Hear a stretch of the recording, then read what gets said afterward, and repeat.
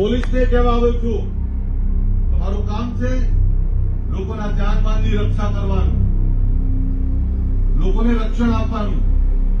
કોઈ અસામાજિક તત્વ કોઈ પણ સમાજનો હોય, કોઈ પણ સમાજનો હોય એને પાડી દો, પણ સામાન્ય મારી એટલે કાવા મારવામાં કોઈ છોકરાને ઉભો રાખીને મારવો અને તિલક કેમ કર્યું છે એમ કરીને મારવો, મને એવું લાગે છે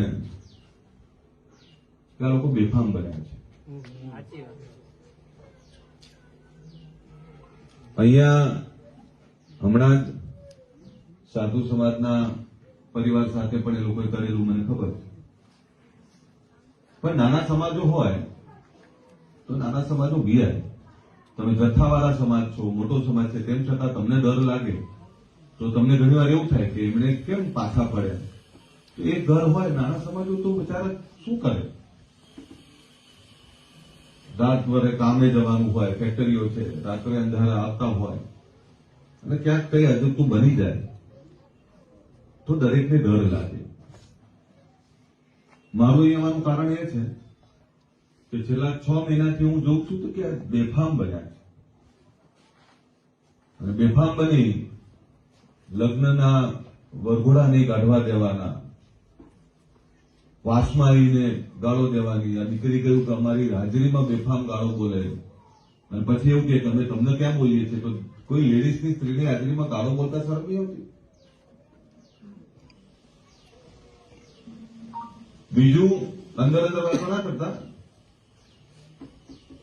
તમને કહેવા આવ્યો છું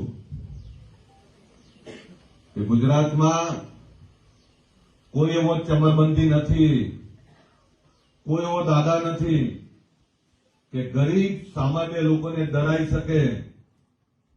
અને હું જયારે કહેતો હોઉં કે ગુજરાત ક્ષત્રિય ઠાકોર સેના, ક્ષત્રિય એટલે રક્ષયથી ક્ષત્રિય, બીજાનું રક્ષણ કરે, જયારે બીજાના રક્ષણની વાત કરતો હોય એના પરિવારમાં કોઈ હાથ નાખવાની હિંમત કરે તો એ હાથ તોડતા મને આવડે છે. હું એ જ અલ્પેશ ઠાકોર છું, એક કહેવા આવ્યો છું, એ આજે કહેવા આવ્યો છું કે વાળી લેજો તમારા યુવાનોને, એ વાળી લેજો તમારા વડીલોને. મારી એક પણ મા બેન દીકરીનો પાલો અભડાવવાનો પ્રયત્ન કર્યો, એની હાજરીમાં ઊંચા અવાજે બોલવાની હિંમત કરી તો હાથ તોડતા વાર નહીં થાય. આ એ જ અલ્પેશ ઠાકોરજી કહેવા આવ્યો છું. અને પોલીસને કહેવા આવ્યો છું, તમારું કામ છે લોકોના જાનમાલની રક્ષા કરવાનું, લોકોને રક્ષણ આપવાનું. કોઈ અસામાજિક તત્વ કોઈ પણ સમાજનો હોય, કોઈ પણ સમાજનો હોય એને પાડી દો, પણ સામાન્ય ગરીબ લોકોને ડરાવવાનો કોઈ પ્રયત્ન કરતો હોય એને આજે નથી ચલાવવાનો, કાલે નથી ચલાવવાનો. મને તમારી ડર શું છે કે છેલ્લા 6 મહિનાથી એ લોકો જે રીતે બેફામ બન્યા છે. કાલે કોઈ દીકરો કંપનીમાંથી પાછો આવતો હોય, રસ્તો તૂટેલો છે, મેં જોયો છે, અને ત્યાં બાઇક આમથી કાઉ માર્યું હોય અને એવી સામાન્ય બાબતમાં ચાંદલો કેમ કર્યો છે, એ ચાંદલો કેમ કર્યો છે એ બાબતમાં એને મારે અને એને પછી છોડાવવા જાય એટલે એના ઉપર એક કેસ થાય, પેલા ઉપર એક કેસ થાય. આ કયા કાયદાની વાત કરીએ છીએ આપણે? અને છેલ્લા 6 મહિનાથી અહીંયા સાધુ પરિવારને મારે, અહીંયા સામાન્ય પરિવારને મારે. ઠાકોર સમાજ આટલો મોટો સમાજ, જો એને ડરાવે તો નાના સમાજો તો શું કરે બિચારા?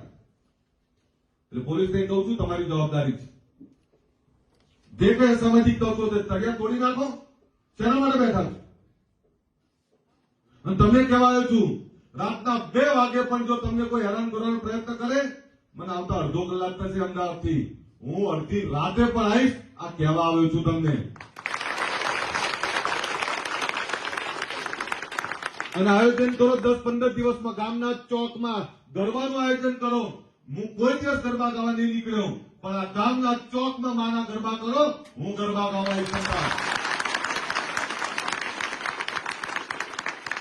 શું સમજે છે બધા એમના મનમાં? એવું માને છે કે આ નોંધાવટ, આમના માટે કોઈ બોલવાનું નથી. થોડા ધીરાસુ બને એટલે મગતરાવ આંખો બતાવે મારા લોકોને. એમને કહેજો અમારે કોઈ એવા લાંબા ઝઘડાઓ નથી કરવા, કોઈની જોડે બગાડવું નથી, પણ ગરીબ સામાન્ય લોકોને ડરાવશો તો તમે પણ સીધા નહીં રહી શકો, સીધા નહીં ચાલી શકો. આ સમજી લેજો. બહુ લાંબુ નથી કહેવું. ક્યાંય કહેતો તું કહેતી હતી સામાન્ય બાબતો બહેનો બધાને કહું છું, કોઈ બીજી માથાકૂટો ના પડો, શાંતિથી મુક્તપણે જીવો. તમને હવે પછી કોઈ હેરાન કરે તો હું છું ને એ છે, ચિંતા ના કરો બસ. પણ આપણે કારણ વગરના ઝઘડા કોઈના ના થવા જોઈએ. તમારી પણ ફરિયાદો ના આવી જોઈએ. તમે પણ ક્યાંય અવિવેક, ક્યાંય કોઈ ખોટો વ્યવહાર ના કરવા જોઈએ. તમે પણ કોઈની જોડે ખોટી વાત ના કરવા જોઈએ. જયારે હું કહેતો હોઉં કે તમને કોઈ ખોટું હેરાન ના કરે તો તમે પણ કોઈને ખોટું હેરાન ના કરવા જોઈએ. આ કહેવા આવ્યું છું. બીજું એ કહેવા આવ્યું છું, નાના મોટા નશાખોરીમાં છોકરાઓ હોય ને તે બહાર કાઢી લેજો. અને જંજ્યા મોટા મોટા કરો છો ને, જંજ્યા નાના કરી નાખો. ભાઈ ઉપર 2 મિનિટ. આ મોટા મોટા જે વાળ છે ને તમારા, જે વાળ કપાઈ નાખો, હારા નહીં લાગતા. અને વ્યસનો કોઈ ના કરવા જોઈએ. હું આટલી બધી વાત કરવા આવ્યો છું, પાછળ મસાલો મસળે આગેવાન.